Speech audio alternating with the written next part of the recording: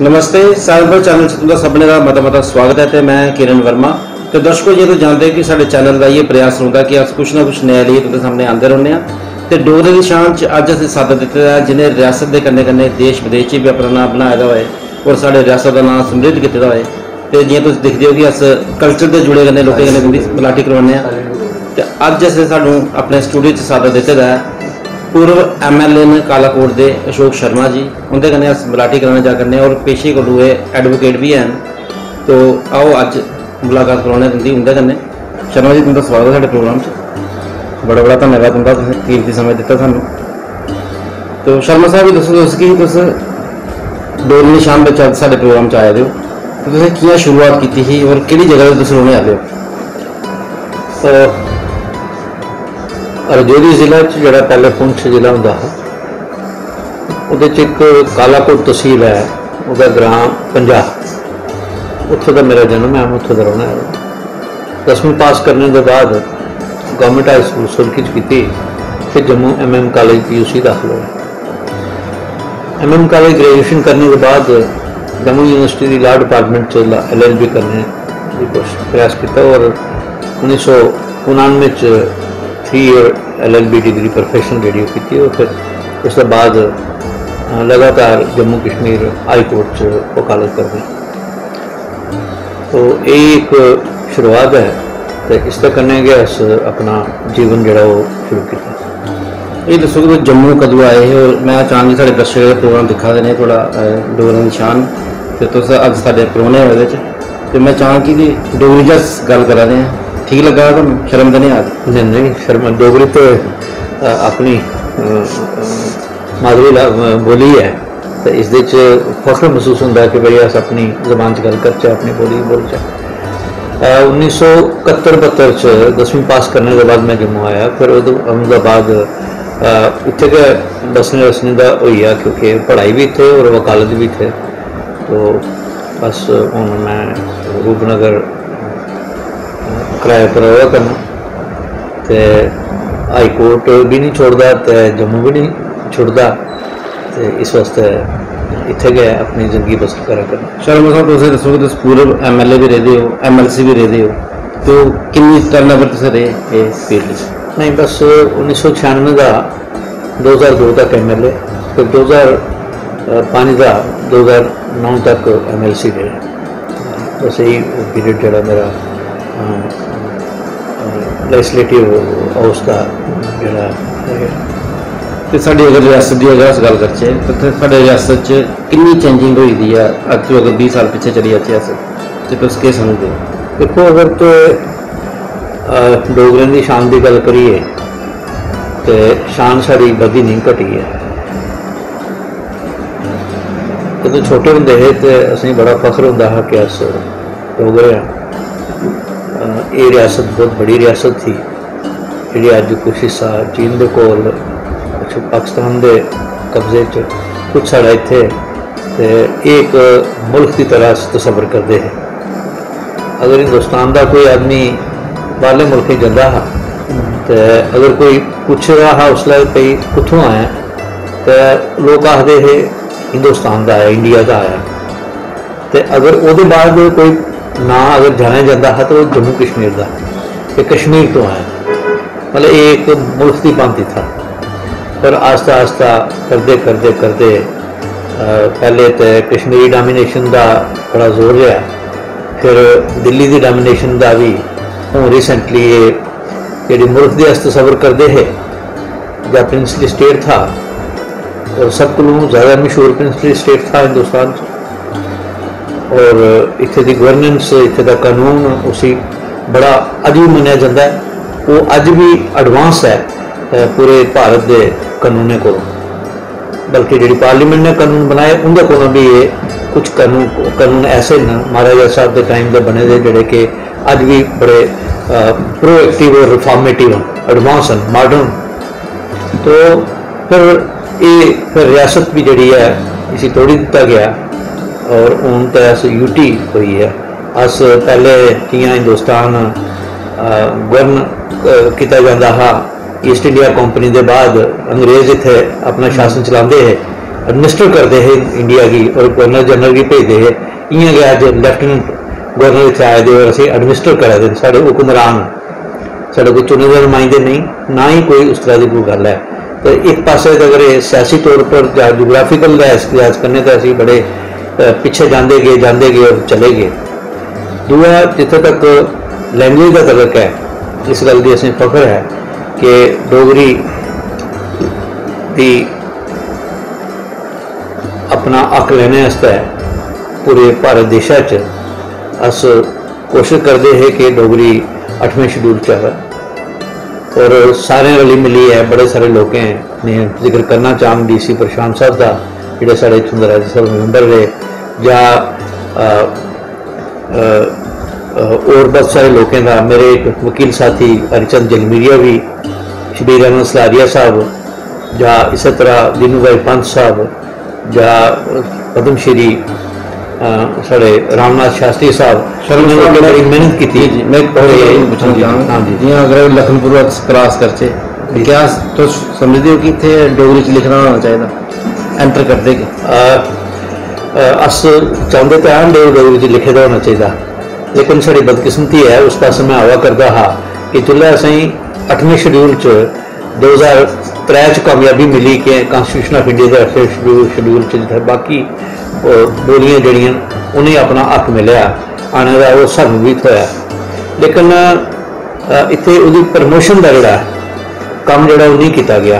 अगर तुम देखिए डोगरी संस्था का जोड़ा साढ़ा दफ्तर है, जो साढ़ा प्रीमिसेस करनगर च वो किन्ने एक्सपैंड होए, वो किन्ने लगता है भाई किन्ना असें तरक्की की है, जहाँ डोगरी लैंग्वेज जी किन्ने स्कूलों किन्नी अग्गे होइए पढ़ाई जाती है, ਜਾਂ ਜਿਹੜੀ ਸਾਡੀ डोगरा लिपि है वो तो डोगरा के ਜਿਹੜੇ डोगरी के वारियर हैं वो भी बड़ी मुश्किल कन्नै पछाणी सकते पढ़ी सकते हैं। हिंदी च उर्दू च अंग्रेजी तो लिखे जाई सकता है, लेकिन डोगरी च लिखना जोड़ा और फिर लिखे भी जाई सकता है, लेकिन पढ़ना बड़ा मुश्किल हो। ये साड़ा पतन होया डोगरी का।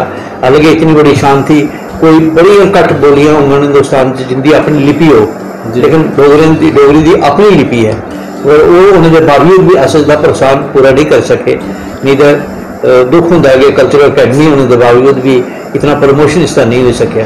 शर्मा साहब एक चीज़ हो रही है कि जो युवा लोग हैं वो भी डोगरी बोलना पसंद नहीं करते हैं, तो समझे इस गल? देखो उसकी वजह यह है कि डोगरी क्योंकि साड़ी मादरी भाषा है, तो मादरी भाषा अगर तुसें गल करनी है या वो सीखने की है, या वो पर एक यकीन थोड़ा पैदा होए, थोड़ा तसद्दुक बहाल होए, वो कदों हो सकता है जब थोड़ी माँ थोड़े कन्ने बच्चे कन्ने डोगरी बोलो। हूँ असें इस गल का एनालिसिस करना पो कि भाई किन्नियां मावां अपने बच्चे कन्ने डोगरी बोलदियां, अगर वो डोगरी नहीं बोलदियां, हिंदी बोलदियां, अंग्रेजी बोलदियां, तो फिर तो डोगरी प्रसिद्ध नहीं हो सकती। तो इस वास्ते साड़ी मावें मैं अपील करन डोगरा भैनें अग्गै या बच्चियां अग्गै कि भाई तुसें अपने बच्चे कन्नै डोगरी गल करनी पौनी, तां ही साड़ी डोगरी लैंग्वेज डोगरी की शान जी है बधी सकती है। हर माँ अगर कोशिश करती है कि बच्चे कन्नै हिंदुस्तानी बोली जा, हिंदी बोली जा, उर्दू बोला जाए या अंग्रेजी बोली जा, तो फिर तो ये नहीं बधी सकती। तो एकड़ा काम जोड़ा अस आपे ही एक समाजी तौर पर पिछड़ा करने, अस कोशिश करते रहने कि इंग्लिश मीडियम स्कूल बच्चे दाखिल किए जाओ, CBSE का सिलेबस होना चाहिए, या वो भी बाहर अगर कोई डोम स्कूल जाई सकते या विदेश बच्चे जाई सकते, बड़ी अच्छी गल।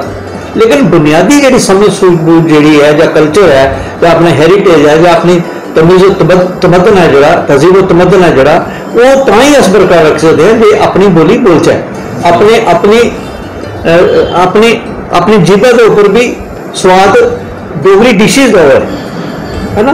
अस मक्के की रोटी नहीं खाचे, अस आखचे अस फुलका नहीं खाना चाहते, अस नवे शहर के चौल गुरदासपति की पसंद नहीं करते या गीजा नहीं पसंद करते, तो फिर अस आखचे अंबल नहीं खाना या अंबल नहीं बनाना, तो फिर डोगरी की रोटी बाहर भी पसंद करते। बिल्कुल राजमा चावल तुम पीड़े जाओ तो राजमा चावल पीड़े दे मन करता है 40-50 किलोमीटर अगर कश्मीर वाले पास हो या जम्मू वाले पास हो तो भी मन करता है और कुछ नहीं रोटी खाचा उत्थे खाचा, बड़ी बड़ी गल है।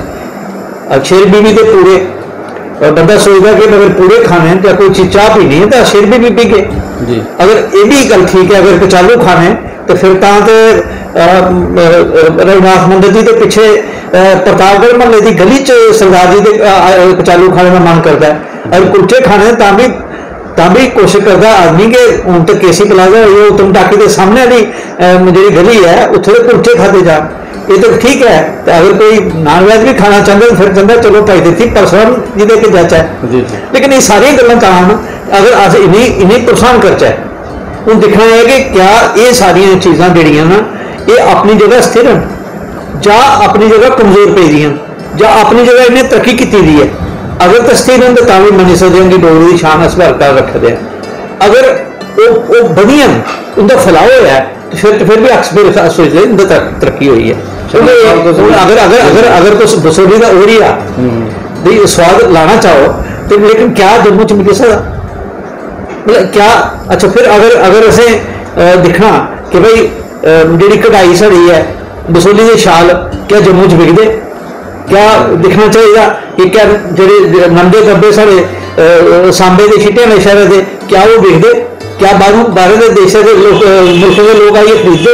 ये सारी चीज़ां जिहड़ियां ने एक कंपोजिट मल्टी डायमेंशनल आस्पेक्ट जो दिखने पावन ताकि जी अस डोगरी की शान की गल कर सकते जी। शर्मा साहब तुस नशारे दे रौहने आह्ले हो, कालाकोट दे कोल काल ही है जी जी, उधर केह् खास गल है तुहाडे? नहीं साढ़े ते मक्क की रोटी सरों का साग लस्सी ये बड़ी मशहूर है खाने। अगर खाना चाहता कोई तो बड़ा मन करता बंदे खाने का, या मक्खन मिल सकता ताज़ा ताज़ा मक्खन घ्यो देसी, कुतै कुतै गुच्छियां भी मिलदियां, फिर रीड़े आमले दी सब्जी जी न्योड़ा बनता वो बड़ा मतलब जुकाम भी वो ठीक होता है, मशहूर भी बड़ा। तो इस तरह राजमा रौंगी बड़ी उत्थों होंगी भी है और बड़ी स्वादिष्ट होंगी है। तो इस तरह की मक्क की रोटी तो होंगी है, दही कन्नै अगर टोडा जी हरी मिर्च है, हरी मिर्च के कन्नै लून तो फिर वो अगर गुन्ने का हो तो फिर खाने का भी मजा आता। मुझे लगता है कि सारे दर्शकों की स्वाद लगा होना कि शर्मा साहब इन्नी चंगी गल्लां करा रहे हैं डोगरी की शान बिच। तो मैं ये पूछना चाहना तुहानूं कि गल्लां तो बड़ी सारियां ते तुंदे घर च इस वेले कौन कौन है और तुस अजकल कियां टाइम पास करा दे हो जियां कोरोना की लहर चला दी है?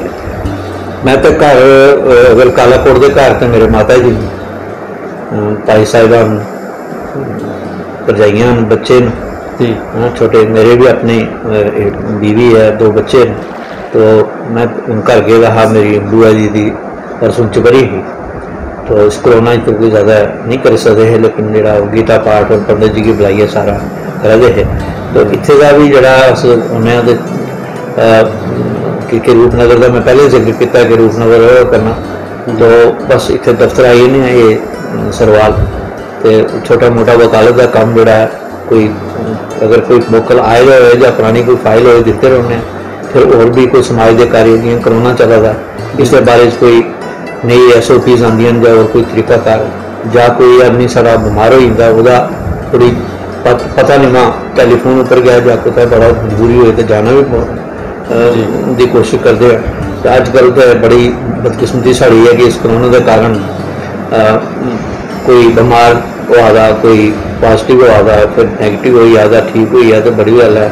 नहीं हो तो कोई बीमार फिर शर्मा साहब जी अस बैठे अस तो दूर ही बैठे हैं, डिस्टेंसिंग बनाई दी असें, मतलब तुस केह् मैसेज देगे साढ़े इस कार्यक्रम के माध्यम कन्नै लोकें गी कि कि'यां बचना चाहिए इस महामारी को? देखो प्लेग जदों आई ही मिगी याद है कानपुर हिंदुस्तान के कानपुर ज़्यादा इफेक्ट हुई किता होने, और कानपुर वजह यही कि उस वक्त जड़ियाँ एक तो उत्थे साफ सफाई नहीं थी और दूसरा जड़ियाँ गंगा जी जो लोग डेड बॉडी सुटते हैं भरवाई उड़ते हैं, तो शायद 2 कारण होंगे है। एक तो गंगा जी परवाने जाके भाई वो सोचते हैं कि सीधा स्वर्ग से जाएगा आदमी, दूआ कुछ लोग ऐसे हैं जो सोचते हैं कि भाई उनके कोल पैसे नहीं हैं तो इस वास्ते गुरबत की वजह कन करते हैं।